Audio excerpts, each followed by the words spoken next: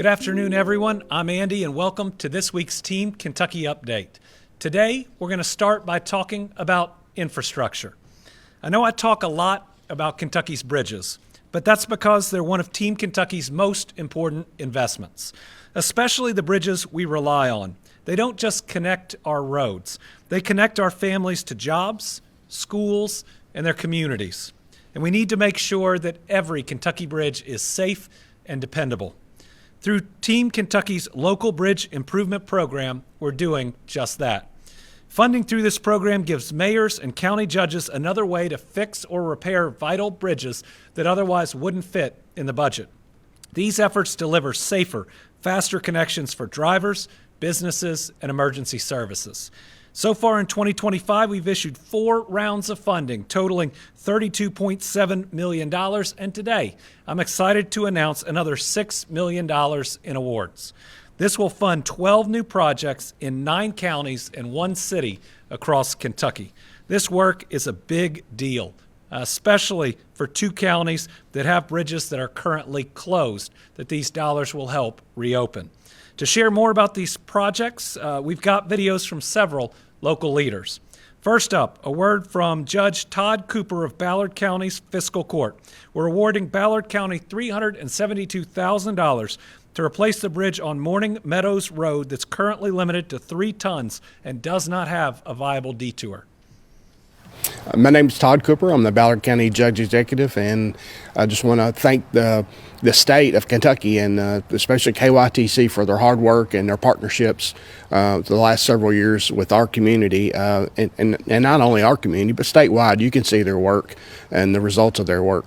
And we want to thank the state legislature for taking this pot of money and carving it out and making it available for counties. So we want to thank the rural aide, Bobby Joe, Commissioner. She does a great job. She's great to work with, and we appreciate them very much in that small branch in the central office in Frankfort. They do amazing work.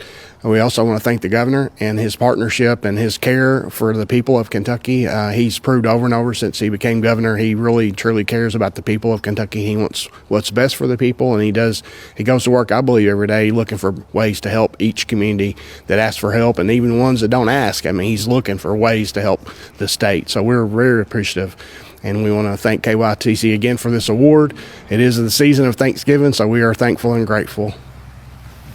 My name is Travis Holder. I work for the Fiscal Court and the Road Department, and working to help get these bridges done in the county. And we're also super grateful to our legislatures for putting this program together, coming up with this pot of money to help counties across the Commonwealth and restoring their bridge infrastructure. It's a great program. We're super grateful for it, and we hope to see it for many, many years to come. Next, Judge Perry Newcomb of the Crittenden County Fiscal Court is receiving $780,000 for a bridge replacement project on, and I will admit, as governor, I don't know how to pronounce every road across our Commonwealth. I believe this is Copperas, but we're going to find out, Springs Road, and $590,000 for a new bridge at Nunn Switch. For Crittenden County, we have several bridges actually that are deficient or failing, and the bridge behind me happens to be one of which that I applied for 4 and graciously was awarded funding to replace 2 bridges.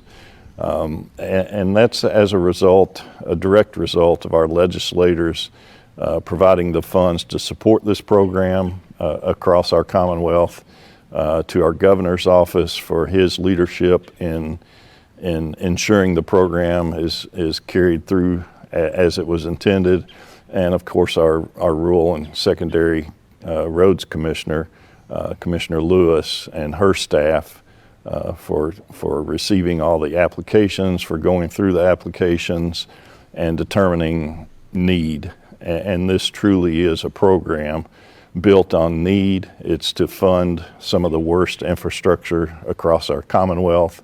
One part of my message today would be to our state legislators as they enter into session for this next biennium budget to please consider continuing to fund this program. I think the program is yielding tremendous positive results. I know it's a cost, but there's a cost involved to everything, and the reward much outweighs the cost.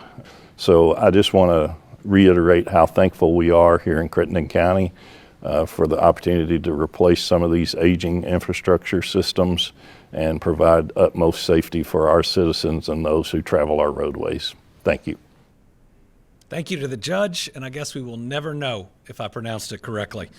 So finally, we have Judge Kenny Wilson of Hickman County, where they will get $570,000 for a new bridge on, and I can get this one, Spring Hill Road. As you can see, it's a cold December morning, but we're very appreciative here in Hickman County today because we have been awarded a new bridge. It's going to go right here on Spring Hill Road. We're very thankful today to get a bridge from the County Bridge Improvement Program. We appreciate the help out of the governor's office, Governor Beshear, Alex Caudill. We're also thankful for the Rural Municipal Aid Commissioner Lewis, and also our Kentucky engineer for District 1, Kyle Pote. All played a role in helping us get to this place to where we're going to have a new bridge here on Spring Hill Road. This bridge, as you can see, has all pilings that are wood pilings, and they've deteriorated. And this is actually the third bridge that we will be getting in Hickman County in this new program. And it, besides helping our farmers, but where it really comes into play is helping our children get to school by being able to go over these bridges with a school bus. So that is a big plus for all of us. And like I said, we look forward to this bridge being completed in the spring, and this will be our third one. And I assure you, we're going to apply for some more, and hopefully we'll get some more of them. And like I said, thank you very much today. Well, thank you to all three of the judges for submitting those videos. I think Judge Wilson, who does a great job at Hickman County, talking about how it'll now allow the school bus to drive over the bridge once replaced, is such a powerful example of why this program is so important. Including today's awards, we've now funded 87 bridge projects for a total of $38.7 million. So today we also have a great update on how we're going to help Kentuckians around the Covington, Northern Kentucky area. We've got a lot of positive work going on in Northern Kentucky. Economic development is booming, and we have two major projects going on through KYTC right now. The Brent Spence Bridge Corridor Project, which will help Kentuckians, travelers, and our nation's commerce, as well as the replacement of the KY8 Licking River Bridge. This work is going to help ensure safer travel, less congestion, and more modern infrastructures for years to come. This was a project, especially the Brent Spence Companion Bridge, that people said would never happen, yet we are making it happen between the states of Kentucky and Ohio, and certainly Covington, Northern Kentucky, teaming up with Cincinnati. But we also know that it can cause some difficulty. We know that folks in business can be impacted during the construction stage. So Team Kentucky is awarding $750,000 to the city of Covington. These dollars will help make sure Kentuckians stay informed on progress and updates. They'll ensure local businesses are still being promoted to ensure success, and they'll invest in neighborhood improvements needed to strengthen connectivity. With us today is Mayor Ron Washington of Covington. Mayor, would you join us to say a few words? Thank you. Thank you. Good afternoon. I want to begin by expressing my sincere gratitude to Governor Beshear and Secretary Gray for their continued partnership as the city prepares for construction to begin on the Brent Spence Bridge Project and the 4th Street Kentucky KY8 Bridge. The Commonwealth's commitment reflects something we all share. A belief that our communities deserve to grow and thrive even as major infrastructure projects take shape around them. Covington is at the center. Covington is at the center of not one, but two major construction projects. These investments will reshape our region for decades, but we also know they bring real challenges to our residents, neighborhoods, and especially to our small businesses. That's why this funding matters. It ensures Covington's families and business owners are not left behind as construction moves forward. Over the next 5 years, these dollars will support our Bridging the Gap initiative, helping us keep people informed, strengthening access to local shops and restaurants, and improving neighborhood connections during every phase of construction. Covington is proud to be proactive. We are committed to clear communication, minimizing disruptions, and doing everything we can to help our businesses continue to thrive. Today's investment gives us the tools to do exactly that. Covington is and will remain open for business. So, Governor, on behalf of my city, thank you. Thank you for investing in our neighborhoods, for supporting our small businesses, and ensuring our community remains strong throughout these transformative years. We look forward to working side by side with you. Thank you, sir. Well, thank you to Mayor Washington for his cooperation and advocacy on such an important project, 2 projects. In addition to this work, we're also partnering with the Transit Authority of Northern Kentucky to offer no-cost shuttle service to riders 7 days a week who currently rely on the KY8 Licking River Bridge while it's closed. Safer roads and bridges are an investment in our communities. And when we want people not just to be safe, but to feel safe, the work that needs to happen, that needs to be put in on our roads and bridges can be the difference between somebody coming home at night and otherwise not. Team Kentucky is proud to continue to work on more progress to make sure that every Kentuckian is safe on the roads and on bridges. Now, for an update on our Pre-K for All initiative. Since taking office, I've been committed to doing what's best for Kentuckians and our future. And that's why this administration has always put education first. Because education helps our children, our workforce, our businesses, and our families. It also helps break generational cycles of poverty so that people can live a better life. Every Kentucky child deserves access to a good education, and in many ways, that's where the American dream begins. Unfortunately, we have more work to do in Kentucky, especially when it comes to pre-K. Currently, a single mom making $17 an hour isn't eligible to send their child to public preschool. Why? Because under the current standards, that single mom making $17 an hour makes too much. A family of 4 earning $50,000 a year faces the impossible choice of paying around $10,000 a year to send one child to daycare. As we all know, dollars don't stretch that far today with rising costs across virtually everything due to tariffs and more. And because of that, far too many parents are having to leave the workforce to care for their kids. We need to do something about it, and we can with Pre-K for All. In June, I signed an executive order creating the Pre-K for All Advisory Committee. In October, they joined us here at a Team Kentucky update to share their report.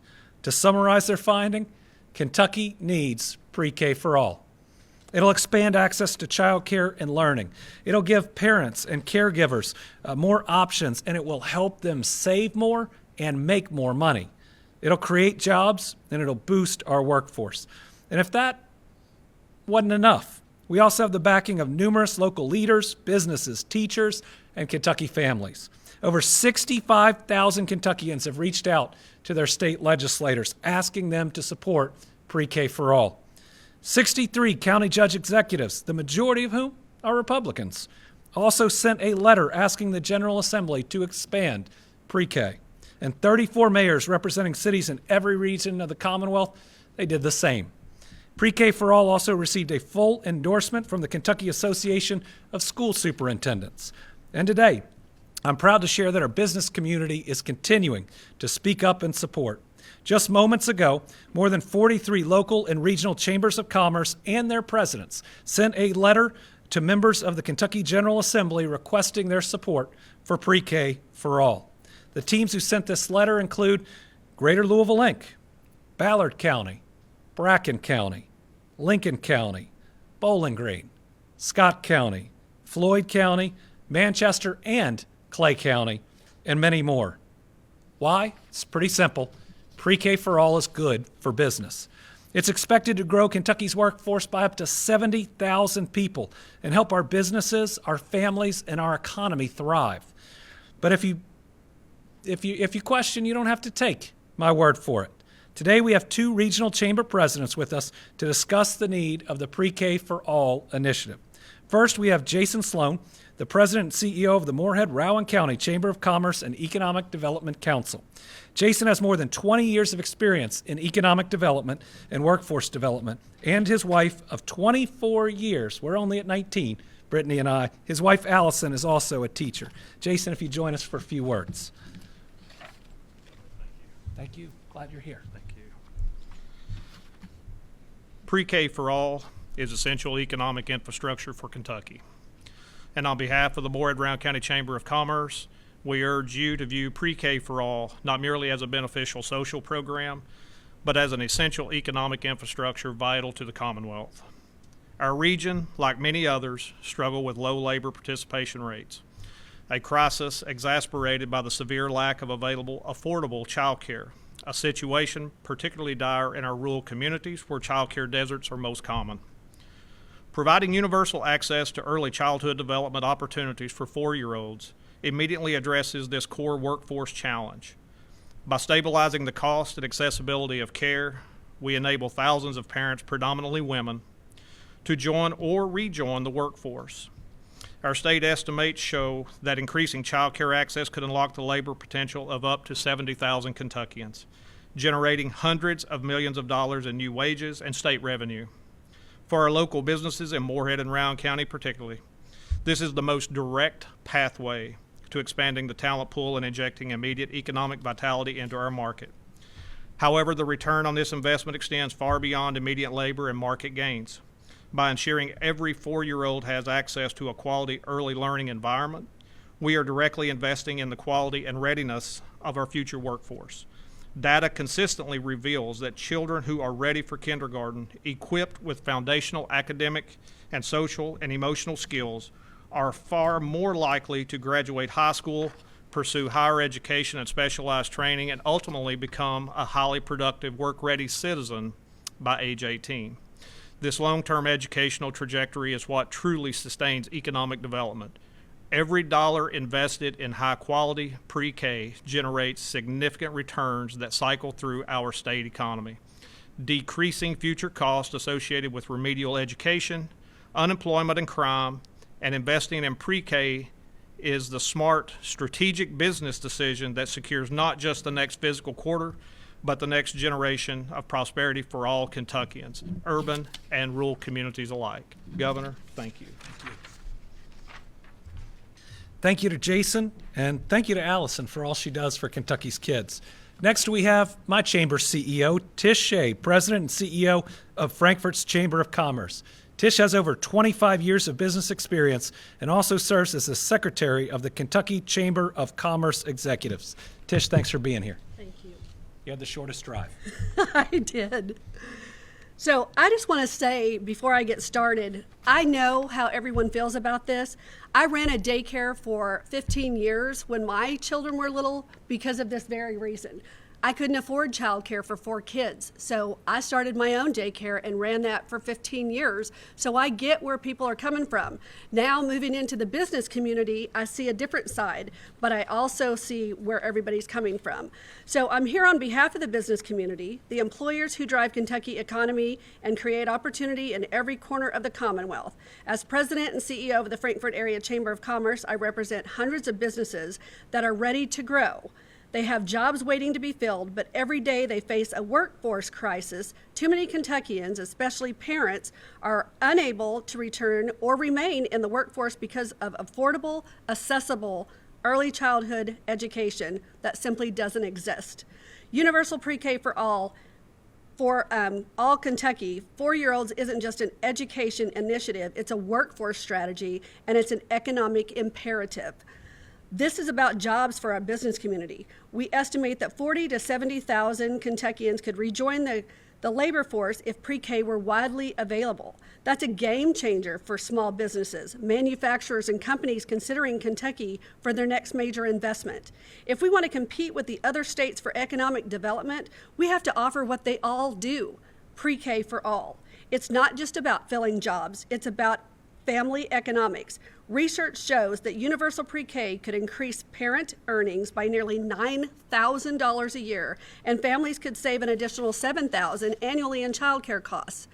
For many Kentuckians, that's the difference between barely getting by and building a better future. From a business perspective, this is one of the smartest investments we can make. Studies show a $10 return on every dollar invested in pre-K. That's a strong ROI by any standard, boosting future earnings, reducing strain on public systems, and improving health and criminal justice outcomes. But we also need to talk about implementation. Universal pre-K will require infrastructure, especially in rural areas and smaller communities. Many of our smaller chambers and local partners don't have the resources to build out the systems needed to support this initiative. If we want this to succeed statewide, we need to ensure that chambers have the tools, the funding, and capacity to help their communities get it off the ground. This isn't just a policy, it's a partnership, and the business community is ready to be a part of it. Finally, let's not forget the heart of this issue are our kids. Today, more than half of Kentucky's 4-year-olds arrive at kindergarten already behind. That's a gap we can't keep patching. It's one we have to close early. To sum it up, universal pre-K helps parents work, help businesses hire, help families thrive, help children succeed. It's a win across the board and a moment for bold leadership. On behalf of the Frankfort Area Chamber of Commerce and the business leaders across Kentucky, I strongly urge you to make this investment for our future. Thank you. Thank you, Governor Beshear, for what all you're doing. Thank you to Tish. Folks, pre-K for all is smart policy, and it ain't political. 4-year-olds can't vote. They're not registered. They just need the help of every Democrat, Republican, independent, responsible adult to have the tools to live a good life, to not fall behind before they ever get started. You want to know what not being kindergarten ready can mean? In one classroom, a kindergarten teacher tells me she had 4 to 5 students that weren't potty trained. How is she going to run that classroom and teach those kids with that challenge? Others show up not knowing colors or basic things that the kids need to know by the time they hit kindergarten. We can't lose some of our Kentucky kids before they ever walk in the doors of one of our public schools. It's time for pre-K for all. It's the right thing to do. Let's get it over the finish line this session. All right, next I'm excited to share some news about the progress and investments happening in our state parks. Today I'm proud to announce that $2.6 million in renovations have been completed in 16 Kentucky state parks. These renovations support updated restrooms and showers at our campgrounds. Jennifer Rodriguez, one of our Great Parks members, is going to tell you more about it. Hey Kentucky, we have some good news from our Kentucky state parks. Our parks have completed $2.6 million in bathhouse renovations at 16 Kentucky state park campgrounds. Campers can now expect better accommodations and amenities. Those campgrounds include Barren River Lake, Big Bone Lick, Blue Licks Battlefield, Carter Caves, Cumberland Falls, Dale Hollow Lake, General Burnside, General Butler, Green River Lake, Greenbow Lake, Jenny Wiley, Kincaid Lake, Lake Barkley, Natural Bridge, Nolan Lake, and Yatesville Lake.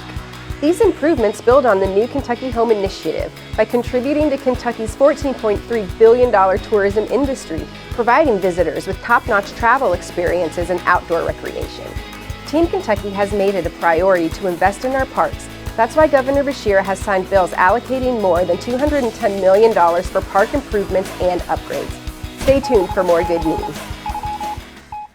So that is an example of one of our new good news segments that's on our YouTube page. Please head there and subscribe. We've got a lot of great stories about good things going on in the Commonwealth that help everyone. Now, at a time when so much of especially the national news seems so negative, there are good things going on in Kentucky that we want you to know about. So subscribe to the YouTube channel and hear stories like Jennifer's, who says that parks are essential to our record-breaking tourism industry and our life here in Kentucky. To stay up to date on park improvements, events, and information, you can also visit parks.ky.gov. Next, we have some good news from the Delta Regional Authority. I'm proud to serve as the state's co-chair of the DRA. This organization has invested more than $20 million in Western Kentucky since I became governor. These funds helped us land the Pratt Paper Mill, a $500+ million investment in Henderson. They also help fund vocational training and projects to improve our infrastructure. Today, we're announcing more than $1.6 million going to 4 projects in Western Kentucky. The West Kentucky Workforce Board is receiving $509,000 to offer apprenticeship opportunities, on-the-job training, and more. The Paducah-McCracken County Joint Sewer Agency is receiving $509,000 to improve water treatment services across the Purchase area. The Hickman Electric System is receiving $168,000 to help expand high-speed internet access in the city of Hickman. And the Henderson Community College is receiving $430,000 to buy equipment for their electrical technology training program, simulating electrical systems so students can practice their trade. Today, we're joined by a great president from our KCTCS family, the president of Henderson Community College, Dr. Jason Warren. Dr. Warren, if you'd please talk about the project. Sure. Thank you very much. Thank you. Thanks for coming. Thank you, Governor, for your leadership and support of DRA and all those grant programs. They're critical for economic development and workforce development. And Governor, I do want to say how much we appreciate Alex Cottle with your office, with all the many ways that he has supported us. I want to thank our friends at Green River Area Development District, our grad office, Hunter Phillips in particular. He helped out with assisted with the grant application. The staff there are fantastic partners. Henderson is growing, and we are responding to that growth. Henderson Community College already offers high-quality general education university transfer programs and classes, but we continue to increase relevant offerings in the skilled trades to meet local demand. This grant funding will be transformational for us. It will allow us to create a state-of-the-art training lab of hands-on Amatrol trainers to support our new electrical technology program. The program launches in January under the leadership of Master Electrician Tony Mead. He's an educator and extensive experience in industry. We're enrolling students now. 3 areas of focus will be industrial electrician, construction electrician, motor controls electrician. We're going to offer an Associate of Applied Science in Electrical Technology and a diploma. We'll have certificates in automated industrial control, construction electrician, industrial automation and robotics technician, and industrial electrician. This program will also include work-based learning programs and opportunities for those students who are enrolled. 2 years ago, a DRA grant allowed us to double the capacity of our labs that support advanced manufacturing. And as a result, our enrollment in those programs has doubled. Today, we're serving 15 manufacturers through the HCC FAME Apprenticeship Model Program. This grant will be just as transformative. I'm excited about how our new electrical technology program will help better serve Henderson, Union, and Webster counties. It'll also complement that existing program in industrial maintenance as we add more multi-skilled technicians to the local workforce. I'm so appreciative of Henderson Economic Development, Missy Vanderpool and Whitney Risley, along with numerous business and community leaders that came to us, and they made the case to us that we needed more skilled electrical workers. I'm proud of how our team, our faculty and staff at Henderson Community College, we listened and we responded. And I'm also thankful for so many community partners that helped make this happen. Over 20 people representing numerous organizations wrote letters of support: T-Rex Electric, Galloway Electric, local superintendents, judge executives, leaders from across the service area. When we all work together, we can address workforce development in a way that moves our communities forward. And Governor, we invite you to Henderson Community College, our campus. You've been there before, and we're going to showcase this new electrical technology lab and show that off to you when it's all set up. Excellent. Thank you. Thank you. Thank you to Dr. Warren.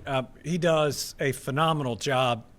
In fact, every time we have a major business looking at Henderson, we take them through the community college because you can really see a pipeline of how they're addressing the needs of specific companies. And companies can even see their pipeline a couple years out and know they're going to have that stable employment. Thank you to the Ad District. It's won a couple of awards. Pretty special place doing really good work. All right. Next, I want to talk about the abandoned well capping program. Now, we've talked about this program a decent amount. This went through in the last administration, and it helps us cap oil and gas wells that have been abandoned that are out there. Now, we have different wells called orphan wells, and we have capped a lot of those. But last week, Kentucky made history by plugging the first well in the nation through the methane emissions reduction program. Located in Elliott County, William Oliver 15, that's the name of the well, has been safely sealed at a depth of 1,100 feet, marking a significant step towards cleaner, healthier air for all Kentuckians. And our team didn't stop there. Since we became the first state to plug one of these methane wells under the methane emission reduction program, we plugged a second one. And that one is in Elliott County, and we have 5 other projects open for bid.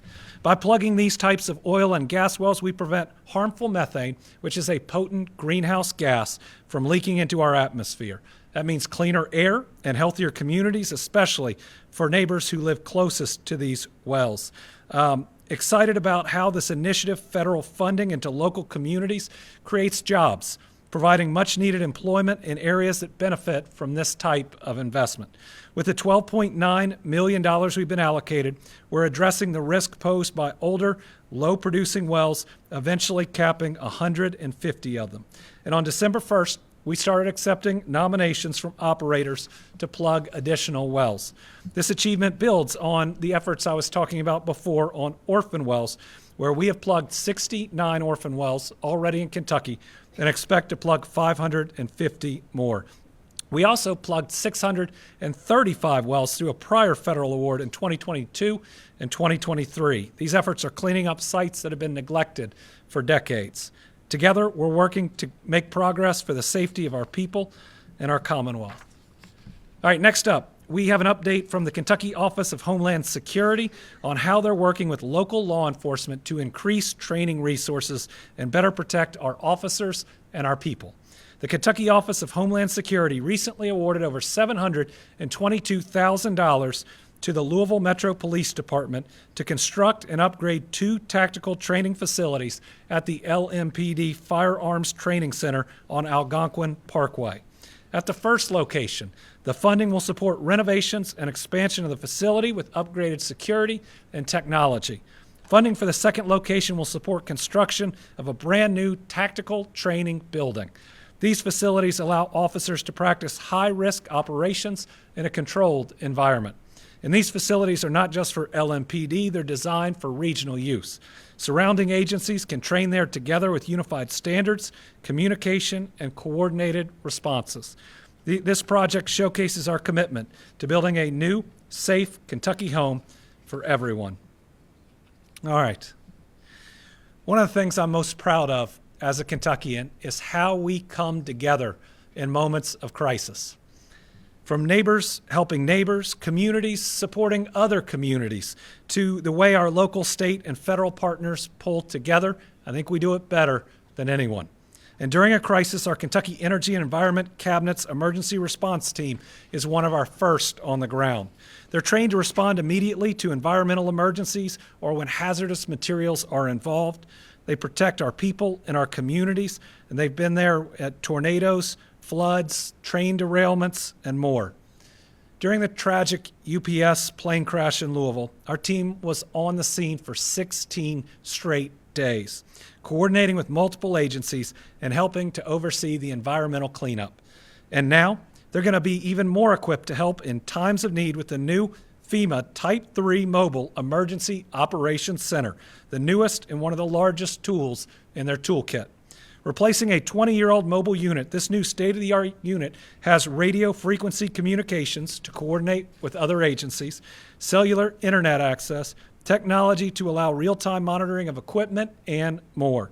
Team Kentucky directed nearly $300,000 to this vehicle because it's a crucial way we can better serve Kentuckians in a time of crisis. I got to see this vehicle for the first time this week, and what struck me is how proud the workers at the Energy and Environment Cabinet are at their ability to serve Kentuckians at possibly their most dire moment, and how excited they were to have these extra tools to be able to do even more, even faster. See, we believe in Kentucky that every emergency that we go through, at the end, we got to ask the questions, and all the questions. Why? Because we've got to learn at least one thing from each emergency response that helps us do a little bit better the next time. Somebody's life is depending on it. And because of this investment, because of these hardworking members of Team Kentucky, I know our Commonwealth will be better protected the next time the disaster strikes. All right, next up, we have Dr. Stack, who's going to share this month's goal for our Healthy Kentucky Home Initiative. Good afternoon, Team Kentucky, and thank you, Governor Beshear. So I hope you all had a wonderful Thanksgiving, but after our indulgences last week, it's probably a good time to remind ourselves that in the second year of the Our Healthy Kentucky Home campaign, we're going to continue our mission to promote simple, attainable lifestyle changes and goals that help everyone achieve better health and wellness by eating at least 2 servings of fruits and vegetables every day, exercising at least 30 minutes 3 times per week, and remaining socially engaged to stay socially connected.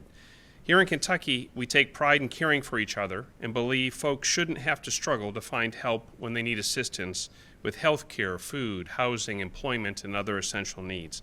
For generations, Kentucky has offered programs and resources to meet the needs of these people. One of these is Connect. In 2025, more than 125,000 Kentuckians found health insurance for themselves or their families through Connect. Now, if you'd like assistance with exploring your health insurance options, Connect also helps link Kentuckians to connectors. These are trained professionals who provide free and unbiased guidance to help you enroll in health coverage and benefits, such as Medicaid, Kentucky Children's Health Insurance Plan, qualified health plans, and nutrition or child care assistance programs. Licensed insurance agents can also assist at no cost to you in choosing a good plan for you. Whether you're looking for an individual plan, family coverage, or help paying your premiums, now is the time to act and let Connect help link you to trusted options. By visiting the Connect website at connect.ky.gov during the open enrollment, you can find a plan that fits your needs. Open enrollment through Connect is happening now through January 15th, 2026. Just as an aside, last year 90,000 people got insurance during the open enrollment period. We're just over 80,000 as of a few days ago. So we've got just under 6 weeks to close that gap and try to make sure that even more Kentuckians this year get coverage through the open enrollment period than last week. But don't wait. To ensure your coverage is effective on January 1st, you need to enroll by December 15th, which is just a week and a half away. So you can get help with a connector by either calling 855-4CONNECT or going to connect.ky.gov. And then Connect offers more than just quality health insurance. It connects Kentuckians to real and practical support. Through the Connect Community Resource website, you can search and apply for many different types of Kentucky assistance programs. Just a sampling of these include the Supplemental Nutrition Assistance Program, or SNAP, which helps with monthly food costs, the Low Income Home Energy Assistance Program, or LIHEAP, which helps provide heating, cooling, and energy bill support, and also the Child Care Assistance Program, which is a program that helps support families with child care costs. And there's many, many more options there. Community organizations can also add or update their listings to help more Kentuckians find their services. Whether you need coverage, support, or local resources, Connect can help. So please visit connect.ky.gov/benefits. You can also go to the Our Healthy Kentucky Home website and find a link there. So to learn more about Connect or more about the Our Healthy Kentucky Home Initiative, please visit our website at the ourhealthykyhome.ky.gov location and join us on this journey as we work together to ensure every Kentuckian reaches their full human potential and all of our communities thrive.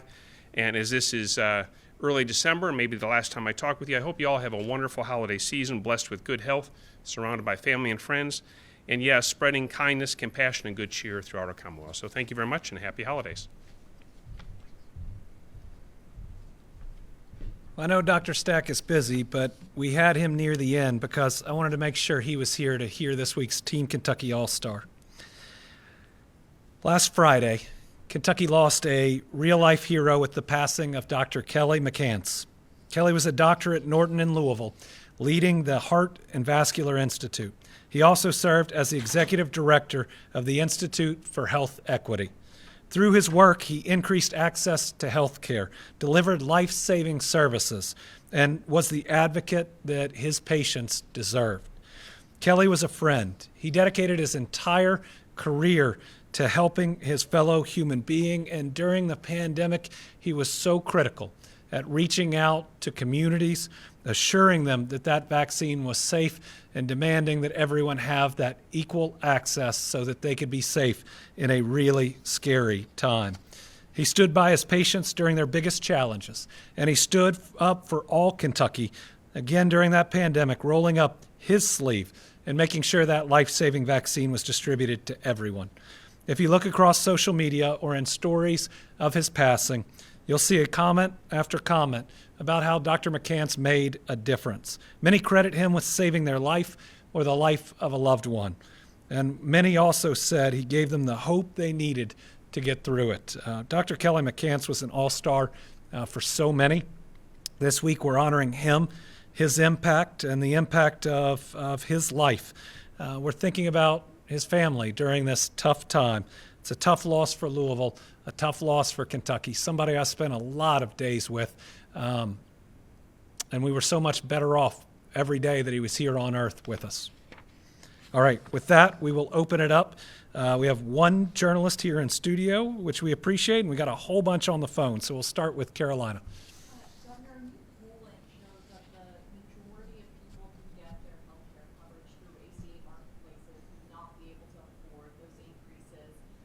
You've expressed concern about this before. As the United States Senate is set to take this issue up, the bill about the extended subsidies, what's your message to Washington?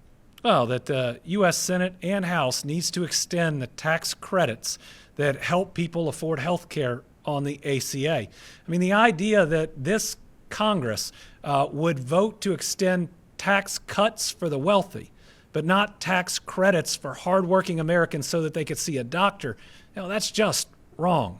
Health care is a basic human right, and if they need another reason, this will just further hit rural economies that are already about to suffer. If you take first the big ugly bill, removing $1 trillion from Medicaid, resulting possibly in 35 rural hospitals closing just in Kentucky and 20,000 Kentuckians losing their jobs in healthcare. This is even more revenue that those hospitals would lose. Why? Because it's got higher reimbursement. It is private insurance, and so if people don't secure it, if they can't afford private insurance, that's even fewer dollars to keep that rural or urban hospital open. So number one, our people are going to be less healthy. Two, they're going to be less productive in our workforce. And three, our economy is going to take a big hit. Those are three easy reasons to extend those tax credits, and the people of Kentucky need and deserve them. No one has ever polled how many Democrats or Republicans get their health care under the ACA. Why? Because we don't care. We think that everyone deserves affordable health care, and I hope that people won't play partisan games and will extend those tax credits. All right, next, Aaron Mudd with the Herald Leader. Thank you, Governor. Can you give us an update on the status of Kentucky's medical marijuana program and when dispensaries will open and sales will begin? So I believe within the next couple of weeks that our first dispensary will have product on its shelf. That is the Ohio County dispensary that we think will be the first, but we believe it's going to scale up very quickly from that first moment. So right now, if you look at electronic practitioner certifications, 23,757 Kentuckians have e-certifications through the portal to be able to access medical marijuana. If you look at them by condition, 1,756 is cancer, chronic nausea, 930, chronic pain, 15,412. These are people that might have otherwise been taking opioids, which is one of the reasons that we've pushed this program so hard. 1,400 53 with multiple sclerosis, 7,631 with post-traumatic stress disorder. Remember the veteran over a year ago, 2 years ago, who talked about how medical marijuana got him off so many different medications and got him towards a better life. 749 for seizure disorders. We look at business licensing, 80 total businesses licensed, 16 cultivators, 10 processors, 48 dispensaries, 6 safety compliance facilities. We look at practitioners, 506 now. So our latest update is on Monday. Our Office of Medical Cannabis had staff in 3 different locations completing facility inspections. So what that means is within 1 year of awarding cultivation licenses, we now have multiple cultivators with harvested product that are in the testing phase. That's Going Blue LLC, a Kentucky-owned Tier 1 cultivator in Jessamine County. They've also submitted harvested materials to aquatic laboratories for safety and quality testing. So we are very, very close. Next, we've got Christian Hauser from WKRC. Okay, next we have Tom Latek from Kentucky Today. Hey, Tom. Hey, good afternoon, Governor. How you doing today, sir? I'm good. That counts as your question. All right. Please, no. I assume that the pre-K for all is going to require legislative action. Can you describe some of your conversations that you've had with leaders from the General Assembly to get this put on the agenda for the 26th session? We've now met, both myself and the Pre-K for All work group that we have with numerous legislators and have support from both Democrats and Republicans alike. Now that group that is strongly for it, I think is going to work with leadership. Some who've expressed different opinions on the issue. What's most important is we take the politics out of this because 4-year-olds aren't registered. They can't vote. They just deserve the very best from us. But this has the most bipartisan support I've ever seen. But today you also see that it's the business community's #1 ask in this session. It's what they say. They need to have the workforce to compete. And for really the first time, we're now seeing other states use this against us when we're competing for economic development projects. West Virginia will say, we've got better workforce programs because we have pre-K and they don't. Georgia has pre-K for all. So this is another step that we've got to take. And at a time when families are really struggling, this is a way that we can completely afford using sports gaming revenue, that it doesn't hit the rest of our budget at all, and we can help more people. And this won't be necessarily anything new. Pre-K has been at least expanded under multiple governors in the past, both Republican and Democrat. And what we're asking is let's continue that trend, that different legislatures with chambers that had majorities of different parties all got behind. Okay, next we got Liam from the Kentucky Lantern. Hi, Governor. I wanted to ask about just a question about related to foreign policy. Recently President Trump has his administration have paused immigration applications from a number of countries. Have moved to remove temporary protected status from another number of countries, including specifically the country of Somalia, which he's made. The president has made comments this week that have been labeled by some Republicans and many Democrats as either offensive, xenophobic, dangerous. On Wednesday he accused Somali immigrants of destroying the country.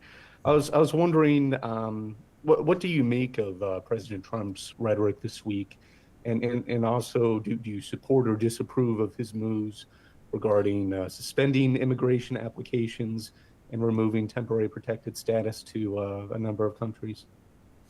Yeah, President Trump's comments this week were hateful, were offensive, and were certainly not presidential. The idea that you would call different countries, bleep hole countries, come on. Be a decent human being.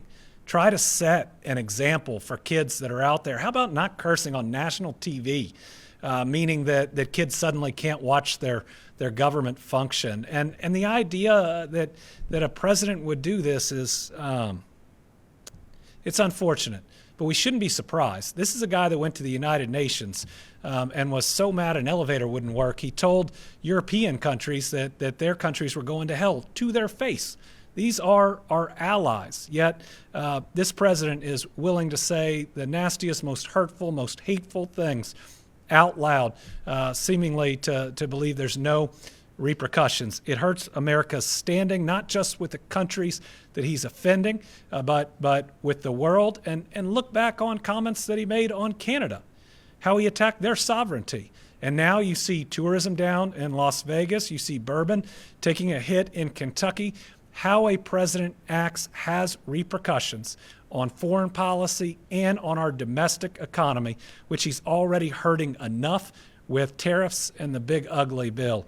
As to his recent pause, I think we've got to point out that at least some of the most recent actions came after we had 2 National Guard shot, 1 killed in Washington, D.C. First, we are thinking about both of their families. The young woman who died was just 20 years old, and she deserved much, much more time on this earth. We need to make sure that the vetting that we are doing is effective. I don't have a problem with anybody looking at what that vetting is, but it ought to be a short window. And we should not pull back from programs where we promised people that we would provide them protection if they would help protect us. There were a lot of Afghans that protected our troops, that helped our troops when we were in that country for a long period of time, and they were made promises. We need to be a country that keeps our promises. We also need to understand that there are times where we need to take refugees, where they are fleeing from murder, from death, from attacks and assaults. We've got to make sure that we are, yes, a country that does this safely, that protects our people, that protects and has real borders, but one that also shows the world a level of compassion that allows us to be the type of leader that the world needs. Josh James, WUKY. Good afternoon there, Governor.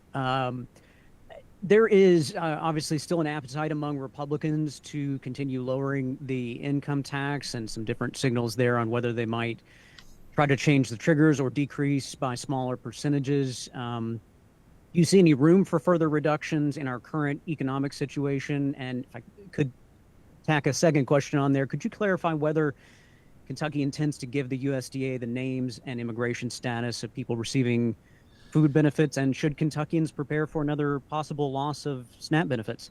Yeah, Kentuckians aren't going to lose SNAP benefits. It would violate a court order that's out there. Let me just say this is a little bit bizarre because we've already litigated this and won. So it was last May, the Trump administration sent out what we believed was an unlawful order that we were going to have to turn over all of the private personal information of all our Kentuckians that are on SNAP. Information that the federal government isn't entitled to under law. And just think about how hard we all protect our personal information. It used to be that Republicans didn't think that the federal government ought to have all of your personal information at any time for any reason. And Josh, the stated reason was not to detect fraud. It was about immigration and wanting to use the information for immigration purposes. So we went to court, and since September, I believe, we have had an injunction where the court said, no, that's unlawful. The law doesn't allow you to require states to turn over that information. They didn't, I don't think they're currently appealing that, so it's in place. But last week we get a letter, and it doesn't threaten our SNAP benefits. It says, well, we now have these extra security protocols. So will you turn over that information? And if not, tell us why by this date. So we, as a group of states, were working on responding to that when in the televised cabinet meeting, which is something, Brooke Rollins comes out and says, oh, we're going to cut them off if they don't send us the information by that date. You know, I guess everybody tries to puff up and look strong during a cabinet meeting, but they hadn't even threatened that at that point in time. and that would violate a court order. So I'm sorry that the theater of the Trump administration and everybody somehow wanting to make threats to take food off of people's tables is so popular for this Trump administration. But that is not what the letter to us said. We're willing to go back to court. We've won this before and we'll win it again. But this is one more example of how the Trump administration is willing to let people starve for political purposes. It's just wrong. They ought to knock it off. And then the other question, before I answered the second one a lot longer, remind me of that, Josh. I can't unmute myself. There you go. You're on. Am I on? Yeah. It was about Republicans continuing.